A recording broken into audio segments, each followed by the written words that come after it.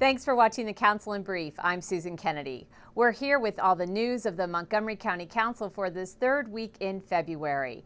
And we start this week with council work on transportation items in the proposed capital improvements program. In a straw vote, the Transportation and Environment Committee has voted to restore $80 million for a new south entrance to the Bethesda Metro station. Committee members say the project is key to the future of the Purple Line and that the county needs to be a leader in preparing for the arrival of this light rail line. This is a significant move because what we are saying in no uncertain terms is that we are going to continue to support the Purple Line.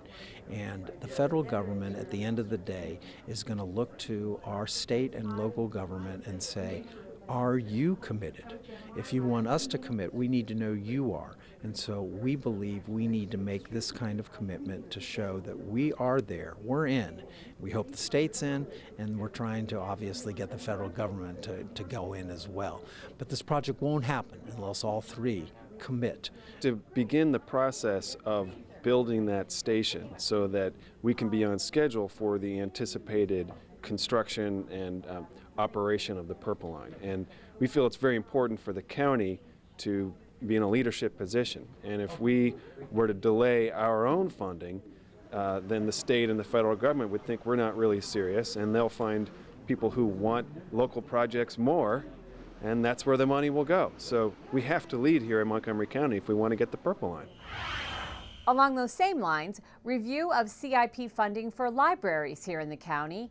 The public library's CIP includes 7 ongoing projects and does not add or delete any projects.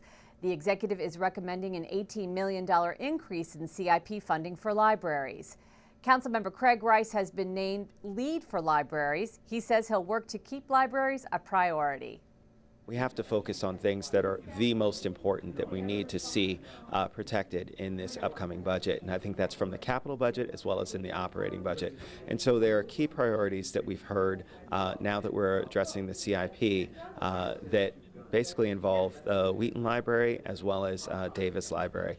And those are 2 key priorities that the communities have come together and rallied behind to say, look, these are things that we need to have that need to continue to move forward. I think that having this broad-based focus of saying that overall the system, and there's no question at all that the system has certainly suffered, but you have to be very specific in terms of what your asks and your goals are. And so I've been working with them to try and achieve that and make sure that we drill down on those very particulars. The council continues its work in Annapolis battling the governor's plan to shift some of the costs of teacher pensions back to the county. The shift could add tens of millions of dollars in new costs to county budgets in the coming years.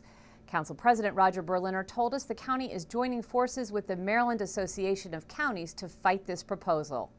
We are having ongoing conversations with our delegation to make sure they understand the extreme significance of this issue for us, the fact that we don't have the wherewithal to absorb these kinds of added costs. And so to balance the state budget, if you will, on the backs of local government, we're saying, please don't do this. At this week's council session, George Leventhal recognized the work of Montgomery Cares. Montgomery Cares is a program that provides primary health care to medically uninsured, low-income adult residents of Montgomery County.